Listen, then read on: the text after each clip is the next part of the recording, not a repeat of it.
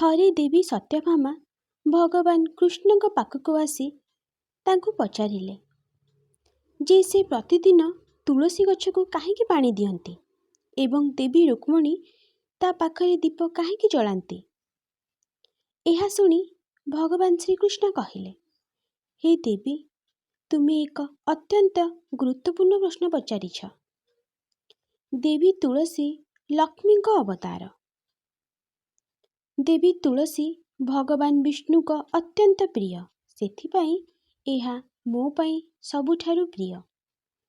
କାର୍ତ୍ତିକ ମାସ ହେଉଛି ମାସ ମଧ୍ୟରୁ ଶ୍ରେଷ୍ଠ ଏବଂ ସମସ୍ତ ଗଛ ମଧ୍ୟରୁ ତୁଳସୀ ମୋ ପାଇଁ ସବୁଠାରୁ ପ୍ରିୟ। ଯିଏ ତୁଳସୀ ଗଛକୁ ଜଳ ଅର୍ପଣ କରେ, ମୁଁ ସର୍ବଦା ତାଙ୍କ ଉପରେ ମୋର ଆଶୀର୍ବାଦ ବୃଷ୍ଟି କରେ। ଯିଏ ମୋତେ ତୁଳସୀ ପତ୍ର ସହିତ ପ୍ରସାଦ ଅର୍ପଣ କରେ, ମୁଁ ସେମାନଙ୍କୁ ପ୍ରେମରେ ସହିତ ଗ୍ରହଣ କରେ। ମୁଁ ତୁଳସୀ ପତ୍ର ବିନା କୌଣସି ପ୍ରକାରର ପ୍ରସାଦ ଗ୍ରହଣ କରେ ନାହିଁ। ହେ ଦେବୀ, ମୁଁ ଏବେ ତୁମକୁ ତୁଳସୀ ଗଛକୁ ପାଣି ଦେବା ଏବଂ ତା ପାଖରେ ଦୀପ ଜାଳିବାର ଗୁରୁତ୍ୱ କହିବି। ତେଣୁ ଏହି କାହାଣୀକୁ ଧ୍ୟାନର ସହିତ ଶୁଣିବ। ଯେଉଁ ମହିଳା ଏହି କାହାଣୀକୁ ଧ୍ୟାନ ଦେଇ ଶୁଣନ୍ତି, ସେ ସର୍ବଦା ସୌଭାଗ୍ୟବତୀ ହୋଇ ରୁହନ୍ତି। ତାଙ୍କ ଘରକୁ ସୁଖ ଏବଂ ସମୃଦ୍ଧି ଆସେ ଏବଂ ଦାରିଦ୍ର୍ୟତା ଦୂର ହୁଏ। ଦେବୀ ସତ୍ୟଭାମା କହିଲେ, ହେ ପ୍ରଭୁ, ମୁଁ ଏହି କାହାଣୀଟି ଧ୍ୟାନର ସହିତ ଶୁଣିବି। ଦୟାକରି ମୋତେ ଏହି କାହାଣୀଟି କୁହନ୍ତୁ। ତାପରେ ଭଗବାନ କୃଷ୍ଣ କାହାଣୀଟି କହିଲେ।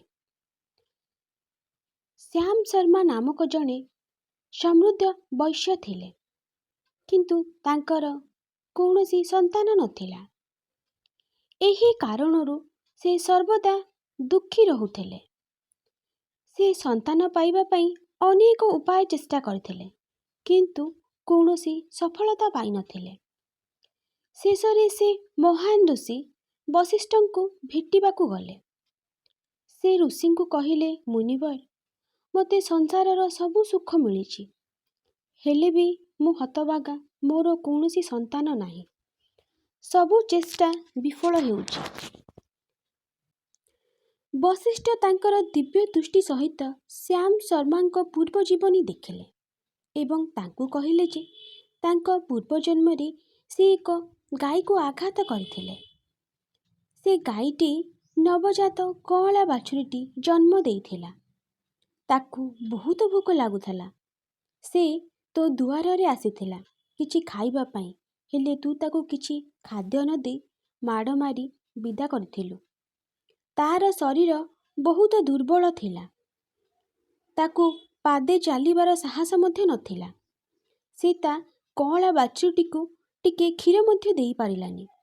ଗାଈଟି ରାଗିଯାଇ ତତେ ଅଭିଶାପ ଦେଲା କି ମୁଁ ଯେପରି ମୋ ଛୁଆଟି ପାଇଁ କଷ୍ଟ କରୁଛି, ମୁଁ ତତେ ଅଭିଶାପ ଦେଉଛି, ତୁ ମଧ୍ୟ ସନ୍ତାନ ପାଇଁ ସେହିପରି କଷ୍ଟ ସହିବୁ।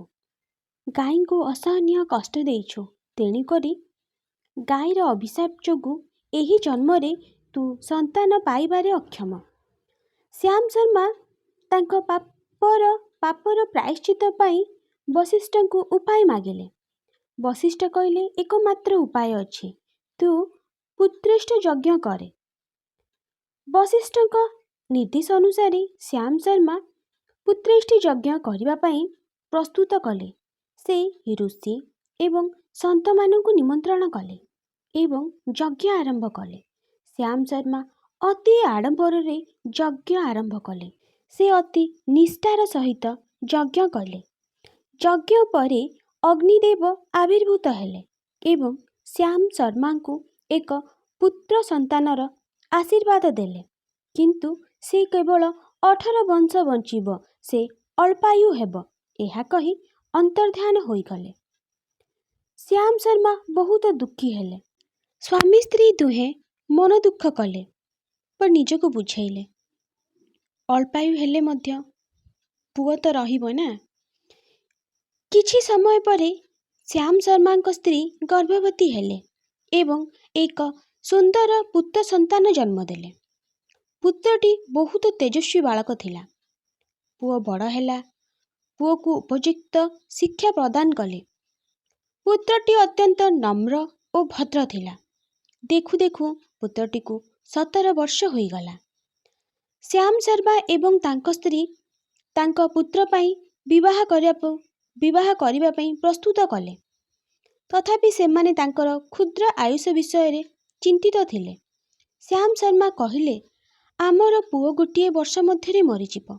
ତେଣୁ ଆମେ ଝିଅକୁ ବିବାହ କରି ତାର ଜୀବନ ନଷ୍ଟ କରିବା ଉଚିତ ନୁହେଁ। ସେ 2 ବର୍ଷ ମଧ୍ୟରେ ବିଧବା ହୋଇଯିବ ଏବଂ ତାପରେ ଜୀବନରେ ଅନେକ କଷ୍ଟ ସହିବାକୁ ପଡ଼ିବ। କିନ୍ତୁ ଶ୍ୟାମ ଶର୍ମାଙ୍କ ସ୍ତ୍ରୀ ନିଜ ସ୍ୱାମୀକୁ ବୁଝାଇଲେ। କହିଲେ, ଆମର ବହୁତ ଧନ ସମ୍ପତ୍ତି ଅଛି। ଆମ ବୋହୂର କିଛି ଅସୁବିଧା ହେବ ନାହିଁ। ଆମେ ଆମ ବୋହୂକୁ ଝିଅ ରୂପରେ ରଖିବା। ଶ୍ୟାମ ଶର୍ମାଙ୍କ ପୁଅ ସୁଭଦ୍ରା ନାମକ ଏକ ସଦ୍ଗୁଣୀ କନ୍ୟାକୁ ବିବାହ କଲେ। ସୁଭଦ୍ରା ଅତ୍ୟନ୍ତ ସୁଶୀଳ କନ୍ୟା ଥିଲେ। ସେ ଏକ ଧର୍ମପରାୟଣ ମହିଳା ଥିଲେ। ସୁଭଦ୍ରା ଘରର ସମସ୍ତ ସଦସ୍ୟଙ୍କ ଦେଖାଶୁଣା ଅତି ଭଲ ଭାବରେ କରୁଥିଲେ। ପ୍ରତିଦିନ ସେ ତୁଳସୀ ପୂଜା ଅତି ଶ୍ରଦ୍ଧାର ସହିତ କରୁଥିଲେ।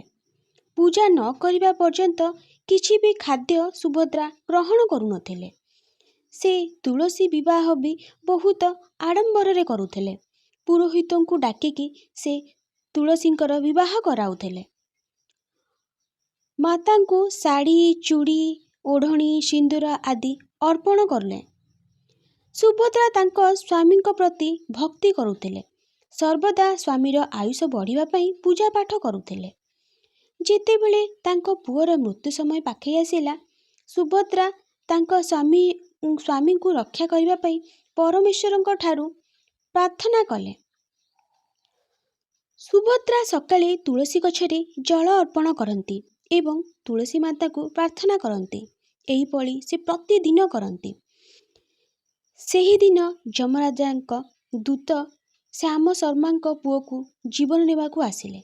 କିନ୍ତୁ ତୁଳସୀ ମାତା ଯମଦୂତଙ୍କୁ ବାଧା ଦେଇଥିଲେ। ତୁଳସୀ ମାତା କହିଲେ ଯେ ସୁଭଦ୍ରା ତାଙ୍କୁ ଏକ ନାଲି ଓଢ଼ଣୀ ଅର୍ପଣ କରିଛନ୍ତି। ତେଣୁ ସେ ତାଙ୍କ ସ୍ୱାମୀଙ୍କ ଜୀବନ ରକ୍ଷା କରୁଛନ୍ତି। ତେଣୁ ତୁମେମାନେ ଏଠାରୁ ଚାଲିଯାଅ। ସୁଭଦ୍ରା ସନ୍ଧ୍ୟାରେ ତୁଳସୀ ଗଛ ପାଖରେ ପୁଣି ଦୀପ ଜାଳି ମାଙ୍କୁ ପ୍ରାର୍ଥନା ଗୁହାରି କରନ୍ତି। ଯମରାଜାଙ୍କ ଦୂତମାନେ ପୁଣି ଆସିଲେ। କିନ୍ତୁ ମାତା ତୁଳସୀ ପୁଣି ସେମାନଙ୍କୁ ବାଧା ଦେଲେ। ମାତା କହିଲେ, ସୁଭଦ୍ରାଙ୍କ ସ୍ୱାମୀଙ୍କ ଜୀବନ ରକ୍ଷା କରୁଛି। ଯମଦୂତମାନେ ଭୟରେ ସେଠାରୁ ଫେରି ଚାଲିଗଲେ। ଯମଦୂତମାନେ କଳେ କୌଶଳେ କିପରି ଭାବରେ ସୁଭଦ୍ରାର ସ୍ୱାମୀର ପ୍ରାଣ ନେବେ ସେହି ଉପାୟ ଖୋଜୁଥାନ୍ତି। କିନ୍ତୁ ମାତା ତୁଳସୀ ବାରମ୍ବାର ସେମାନଙ୍କୁ ଅଟକାଉଥାନ୍ତି। ଶେଷରେ ବିଫଳ ହୋଇ ଯମଦୂତମାନେ ଯମରାଜାଙ୍କ ପାଖକୁ ଗଲେ। ଶେଷରେ ଯମରାଜା ନିଜେ ସେଠାକୁ ଆସିଲେ। ମାତା ତୁଳସୀ ଯମରାଜାଙ୍କୁ କହିଲେ, ମୁଁ ସୁଭଦ୍ରାକୁ ସୌଭାଗ୍ୟବତୀ ଓ ସର୍ବଦା ସୁଖୀ ପତ୍ନୀ ରହିବାର ଆଶୀର୍ବାଦ ଦେଇଛି। ଦୟାକରି ଯମରାଜା ସୁଭଦ୍ରାର ସ୍ୱାମୀକୁ ଜୀବନ ଦାନ ଦିଅନ୍ତୁ। ଯମରାଜା ଆସି ସୁଭଦ୍ରାଙ୍କୁ ଭେଟିଲେ। ଯମରାଜା ସୁଭଦ୍ରାଙ୍କୁ କହିଲେ, ମା ତୁଳସୀଙ୍କୁ ତମେ ପ୍ରତିଦିନ ପୂଜା କରୁଛ। ମା ତୁଳସୀ ତୁମ ଉପରେ ପ୍ରସନ୍ନ ହୋଇ ତୁମକୁ ସୌଭାଗ୍ୟବତୀ ଏବଂ ସର୍ବଦା ସୁଖୀ ପତ୍ନୀ ରହିବାର ଆଶୀର୍ବାଦ ଦେଇଛନ୍ତି। ତୁମର ଏହି ଭକ୍ତି ଦେଖି ମୁଁ ତୁମର ସ୍ୱାମୀଙ୍କ ଜୀବନ ଦାନ ଦଉଛି। ସେ ଏହା କହିଲେ ମଧ୍ୟ ସୁଭଦ୍ରାଙ୍କ ଭକ୍ତି ଦେଖି ଯମରାଜା ତାଙ୍କ ସ୍ୱାମୀଙ୍କ ଜୀବନ ରକ୍ଷା କଲେ। ସେ ଏହା ମଧ୍ୟ କହିଲେ ଯେ ଯେଉଁ ମହିଳା ତାଙ୍କ ଘର ସମ୍ମୁଖରେ ତୁଳସୀ ଗଛ ଲଗାନ୍ତି ଏବଂ ପ୍ରତିଦିନ ସନ୍ଧ୍ୟାରେ ତା ପାଖରେ ଦୀପ ଜାଳନ୍ତି, ସେ ମୃତ୍ୟୁରୁ ରକ୍ଷା ପାଆନ୍ତି। ତେଣୁ ଭଗବାନ କୃଷ୍ଣ ବୁଝାଇଲେ ଯେ ତୁଳସୀ ପାଖରେ ଦୀପ ଜାଳିବା ଏବଂ ତୁଳସୀଙ୍କୁ ପାଣି ଅର୍ପଣ କରିବା କେବଳ ଭକ୍ତି ପ୍ରଦର୍ଶନ କରେ ନାହିଁ, ବରଂ ଜୀବନରେ ସୁଖ ଓ ସମୃଦ୍ଧି ଏବଂ ସ୍ୱାସ୍ଥ୍ୟ ମଧ୍ୟ ଆଣେ। ତେଣୁ ଆମେ ଆମ ଘରେ ତୁଳସୀ ଗଛ ଲଗାଇବା ଏବଂ ନିୟମିତ ଭାବରେ ପୂଜା କରିବା। ତେବେ ବନ୍ଧୁଗଣ, ଯଦି ଭିଡ଼ିଓଟି ଭଲ ଲାଗିଛି ଭିଡ଼ିଓଟିକୁ ଲାଇକ୍ କରିବେ ଓ ଚ୍ୟାନେଲଟିକୁ ସବସ୍କ୍ରାଇବ୍ କରିବେ ଏହିଭଳି ପୌରାଣିକ କାହାଣୀ ଶୁଣିବା ପାଇଁ ଭିଡ଼ିଓଟିକୁ ଲାଇକ୍ କରନ୍ତୁ, ଚ୍ୟାନେଲଟିକୁ ସବସ୍କ୍ରାଇବ୍ କରନ୍ତୁ। ଜୟ ଜୟ ଜଗନ୍ନାଥ।